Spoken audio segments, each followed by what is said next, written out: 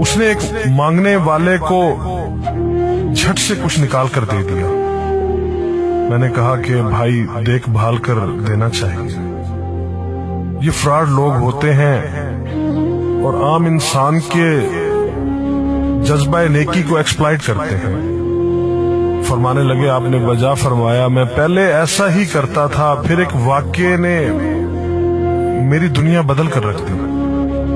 मैं धर्मपुरा लाहौर में अपने घर से साइकिल पर निकला था कि ठेकेदार से अपने बकाया जात वसूल कर लूं। मैं स्टील मिल फिक्सर था और एक कोठी के लेंटर के पैसे बाकी थे, मगर ठेकेदार आजकल पर टरखा रहा था। मैं साइकिल पर जा रहा था कि एक शख्स अपना बच्चा फुटपाथ के किनारे लिटाए अस्पताल पहुंचाने के लिए टैक्सी का किराया मांगता फिर रहा था। वो कभी किसी पैदल का बाजू पकड़कर हाथ जोड़ देता, मेरा बच्चा बचा ले, मुझे टैक्सी का किराया दे दे।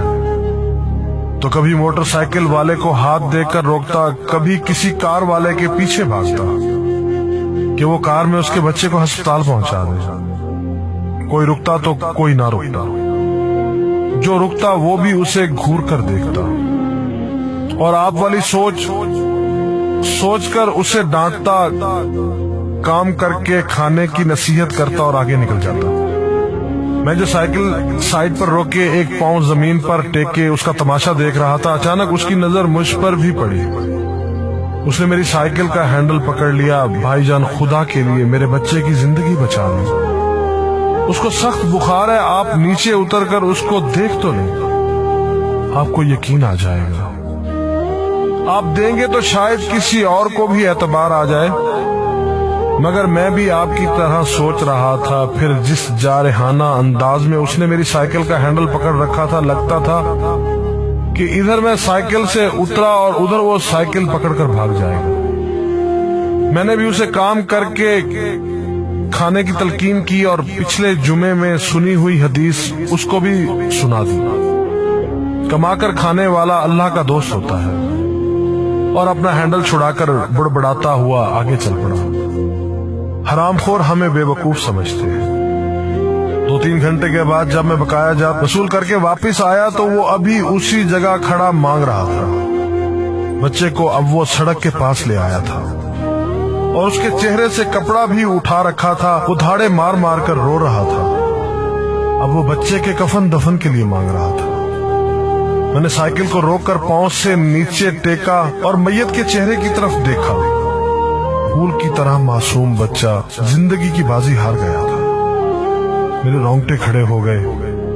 मैंने जेब में जो कुछ था बकाया जात समेत सब बगैर गिने निकाल कर बाहर फेंका, और इससे पहले कि उसका बाप मेरी तरफ मुतवज्जे हो, साइकिल उस तेजी से चलाकर भागा गोया सारे लाहौर की बलाएं मेरे पीछे लग गई। मैं घर पहुंचा तो मेरा बुरा हाल था। थोड़ी देर बाद मुझे बुखार ने आ घेरा। बुखार भी कुछ ऐसा था गोया मेरे सारे गुनाहों का कफारा उसी बुखार से होना था। घर वाले मुझे अस्पताल के लिए लेकर निकलते और मैं चारपाई से छलांग लगा देता। मुझे अस्पताल नहीं जाना था।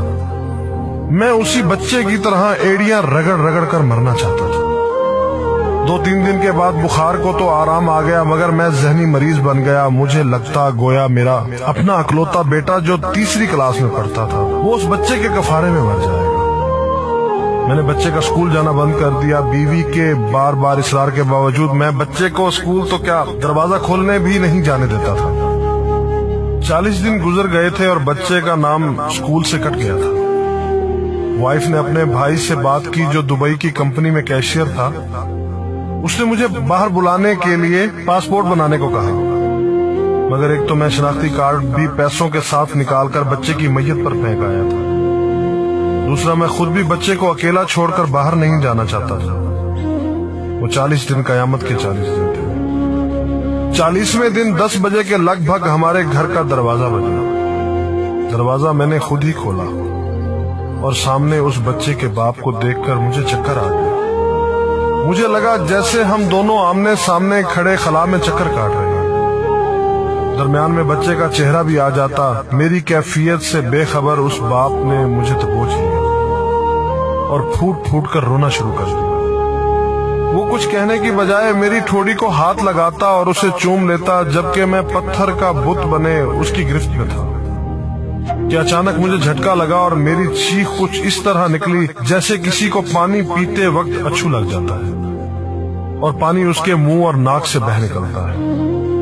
میں اس بچے کے باپ کو سختی کے ساتھ سینے سے لگائے یوں رو رہا تھا گویا اس کا نہیں بلکہ میرا بچہ مر گیا ہے۔ ہمارے رونے سے گھبرا کر پورا محلہ اکٹھا ہو گیا تھا۔ آہستہ آہستہ 40 دنوں کا غبار نکلا، اس کو میں گھر میں لے کر آیا۔ محلے والے بھی آ گئے تھے جنہوں نے اس آدمی سے بہت افسوس کیا۔ کچھ دیر بعد اس نے اپنی جیب سے میرا شناختی کارڈ نکالا اور مجھے واپس کیا، پھر جیب میں ہاتھ ڈال کر کچھ پیسے نکالے اور میرا شکریہ ادا کر کے کہنے لگا کہ آپ کے پیسے بڑے برکت والے تھے، شاید آپ کے خلوص کی برکت تھی کہ میرے بہت سارے کام ہو گئے۔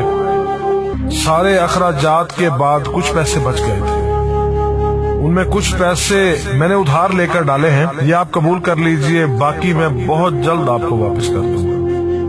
میں نے پیسے واپس لینے سے سختی کے ساتھ انکار کر دیا اور منت سماجت کر کے اسے پیسے رکھنے پر راضی کر دیا۔ اس کے بعد میں یہاں بطور اسٹیل فکسر آ گیا۔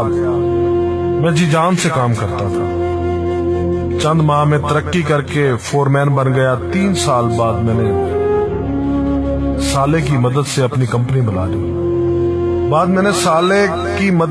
کمپنی بنا لی اور اس بچے کے والد کو بھی اپنی کمپنی میں بلا لیا۔ آج وہ میری کمپنی میں فورمین ہے۔ اس بچے کے بعد اللہ نے اسے 2 بیٹوں اور 1 بیٹی سے نوازا ہے۔ میں اسے آپ سے ملواؤں گا، مگر اسے سائیکل والا قصہ مت بیان کیجیے۔ وہ آج تک نہیں پہچانا کہ میری سائیکل روک کر اس نے مجھ سے سوال کیا تھا۔ وہ مجھے ولی اللہ سمجھتا ہے جس نے اس بچے کی لاش دیکھ کر سب کچھ نکال کر دے دیا۔ قاری صاحب، اس دن کے بعد میں کسی کو خالی ہاتھ نہیں لوٹاتا۔ تھوڑا سا دینے سے نہ وہ امیر ہوتا ہے اور نہ میں غریب ہوتا ہوں، بس دل کو تسلی ہوتی ہے کہ میں اس بچے کا خون بہا ادا کر رہا ہوں۔ رہ گئی لوٹنے کی بات تو قاری صاحب ہمیں کون نہیں لوٹتا؟ جوتے والا ہمیں لوٹتا ہے، کپڑے والا ہمیں لوٹتا ہے، سبزی اور گوشت والا ہم کو لوٹتا ہے۔ اتنا لوٹنے کے بعد اگر کوئی ہمیں اللہ کے نام پر لوٹ لے تو شاید حشر میں ہماری نجات کا سامان ہو جائے کہ یہ بندہ میری خاطر میرے نام پہ لوٹتا رہا۔